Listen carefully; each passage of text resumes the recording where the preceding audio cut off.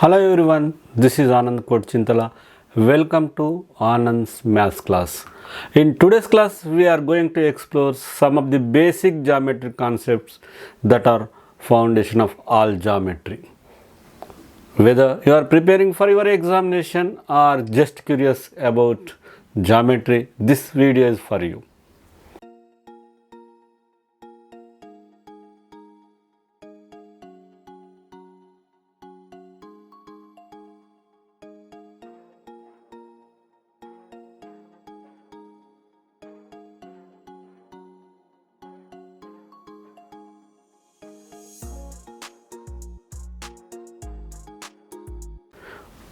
First basic term in geometry is point.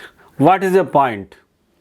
In geometry, a point is a specific location in a space. Specific లొకేషన్ను represent చేయడానికి మనం ఏం చేస్తామంటే పాయింట్ని use చేస్తాం. It has no size, no length, no width. So దీనికి ఎలాంటి size ఉండదు, లెంత్ ఉండదు, విడ్త్ ఉండదు, ఏముండదు. జస్ట్ మనకేముంటుందంటే పొజిషన్ మాత్రమే ఉంటుంది అన్నట్టు. దాన్ని మనము పాయింట్గా చూపెడతాం. We usually represent point with a dot. మనం పాయింట్ని ఏం చేస్తామంటే ఒక డాట్తోని రిప్రజెంట్ చేస్తాము. అండ్ మనం నేమ్ ఎలా చేస్తామంటే నేమ్ ఇట్ విత్ క్యాపిటల్ లెటర్స్తోని రిప్రజెంట్ చేస్తాము. అంటే point A, point B, point P, point Q అని మనం జనరల్గా క్యాపిటల్ లెటర్స్తోని మనం పాయింట్ను రిప్రజెంట్ చేస్తాం. నెక్స్ట్ వచ్చేసి రే. రే అంటే ఏంటంటే మనకు స్టార్టింగ్ పాయింట్ ఉంటుంది, ఎండింగ్ పాయింట్ ఉండదు అన్నట్టు. అంటే ఒక మనం ఎగ్జాంపుల్ టార్చ్ లైట్ తీసుకొని ఆన్ చేసినాం అనుకోండి, అంటే టార్చ్ అనేది సోర్స్ కాబట్టి స్టార్టింగ్ పాయింట్ అనేది టార్చ్ అవుతుంది. ఆ రేస్ మరి ఎంత దూరమైనా ఇండెఫినెట్ లెంత్ అనేది ట్రావెల్ చేస్తాయి అన్నట్టు. కాబట్టి నో ఎండ్ పాయింట్.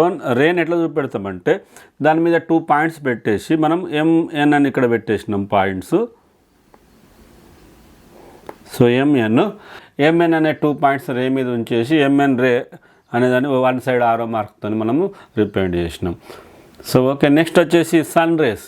ఇక్కడ సోర్స్ వచ్చేసి సన్, అక్కడి నుంచి స్టార్ట్ అయిన రేసు ఇండెఫినెట్ డిస్టెన్స్ ట్రావెల్ చేస్తాయి అన్నట్టు. అంటే ఇక్కడ స్టార్టింగ్ పాయింట్ అనేది సన్, కానీ there is no end point. ఇక్కడ దీనికి కూడా ఎండ్ పాయింట్ అనేది. This is example for sun rays అన్నట్టు. నెక్స్ట్ వచ్చేసి స్ట్రైట్ లైన్.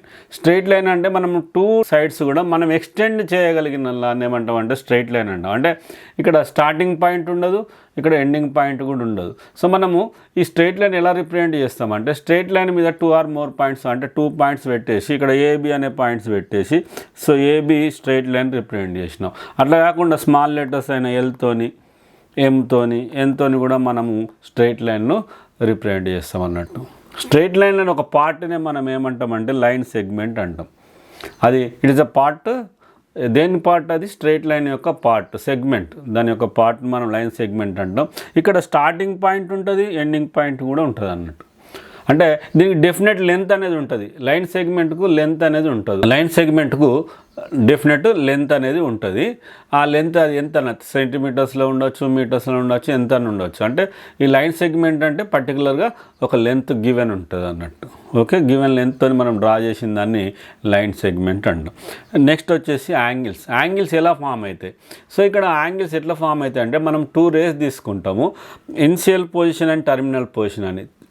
ఓకే. అది క్లాక్ వైజ్ డైరెక్షన్లో కానీ యాంటీ క్లాక్ వైజ్ డైరెక్షన్లో కానీ ఒక టెర్మినల్ పొజిషన్లో ఉన్న రే అనేది రొటేట్ అయిన కొద్దీ మనకు ఏమవుతుందంటే ఇక్కడ యాంగిల్స్ అనేది ఏర్పడతాయి. ఇక్కడ దీంట్లో చూడండి, ఇక్కడ ఫస్ట్ ఫిగర్లో ఇది ఓఎం అనేది ఇది ఇనిషియల్ పొజిషను, ఓఎన్ అనేది టర్మినల్ పొజిషన్ ఉన్న రే ఏమవుతుంది, ఈ ఓఎన్ అనేది రొటేట్ అయిన కొద్దీ మనకి ఇక్కడ యాంగిల్స్ ఏర్పడుతున్నాయి. ఇది యాంటీ క్లాక్ వైజ్ డైరెక్షన్లో ఇది రొటేట్ అవుతున్నది.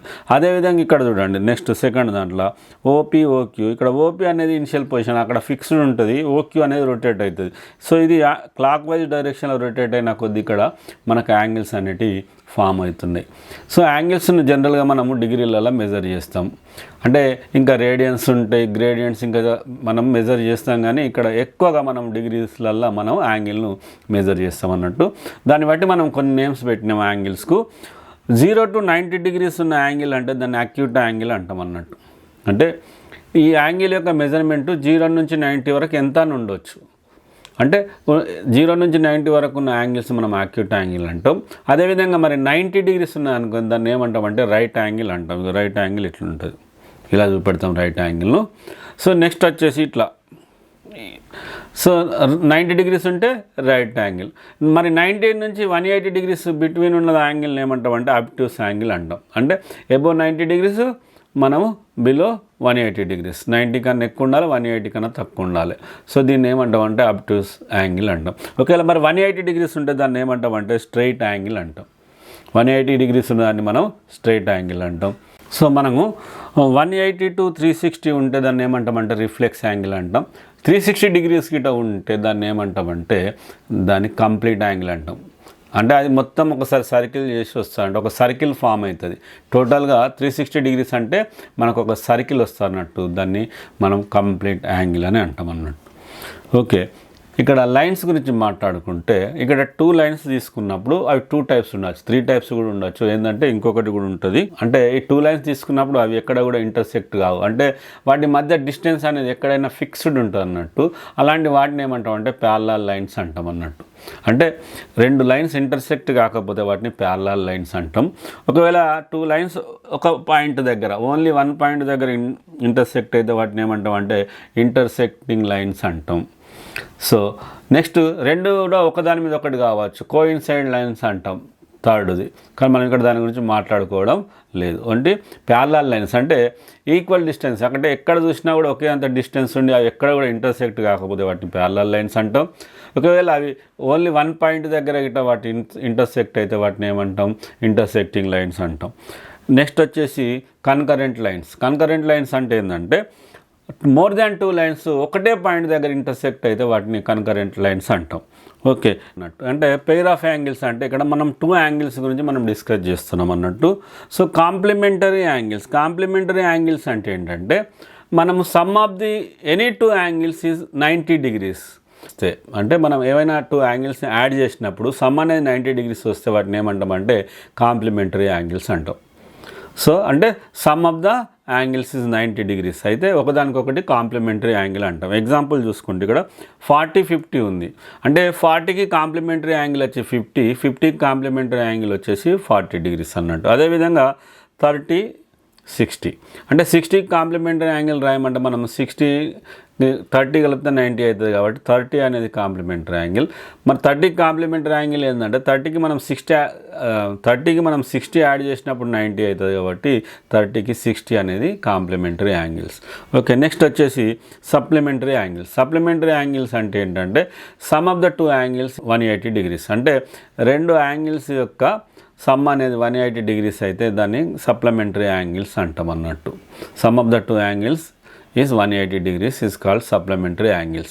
ఒకవేళ ఇక్కడ 120 డిగ్రీస్ ఉంది, దానికి సప్లిమెంటరీ యాంగిల్ ఏమవుతుంది అంటే 120కి మనం ఎంత కలిపితే 180 అవుతుంది 60 కాబట్టి 60 is the supplementary angle for 120 degrees. అట్నే 60కి సప్లిమెంటరీ యాంగిల్ ఎంత అవుతుంది అంటే 60కి 120 కలిపినప్పుడు 180 అవుతుంది కాబట్టి 120 is the supplementary angle for 60 అన్నట్టు. అదేవిధంగా 30కి సప్లిమెంటరీ యాంగిల్ ఏమవుతుంది 150 అవుతుంది, 150కి సప్లిమెంటరీ యాంగిల్ ఎంత అవుతుంది 30 అవుతుంది. ఈ విధంగా మనము సప్లిమెంటరీ యాంగిల్స్ను ఫైండ్ అవుట్ చేస్తాం.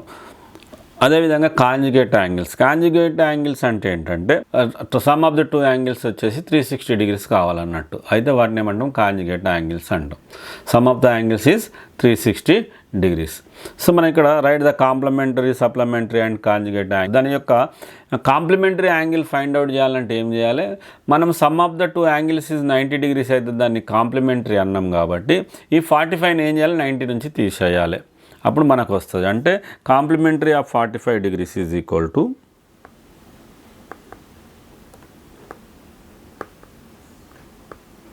Angle of 45 degrees is equal to 90లోకి వెళ్ళి మనం ఇది తీసేయాలి 45 ఎంత అవుతుంది 45 డిగ్రీస్ అవుతుంది అన్నట్టు. అదేవిధంగా సప్లిమెంటరీ యాంగిల్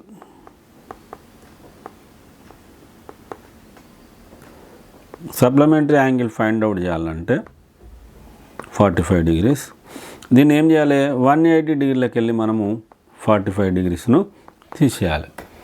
సో 180 మైనస్ 45 ఎంత అవుతుంది 135 డిగ్రీస్. ఓకే, నెక్స్ట్ వచ్చేసి కాంజుగేట్ యాంగిల్.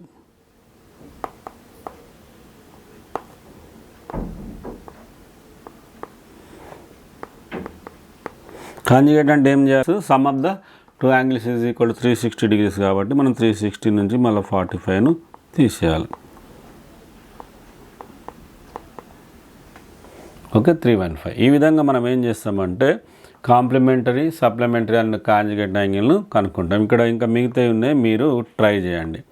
సో ఇచ్చిన యాంగిల్ 90 degrees నుంచి తీసేస్తే వచ్చేది ఏమవుతుంది అంటే కాంప్లిమెంటరీ అవుతుంది.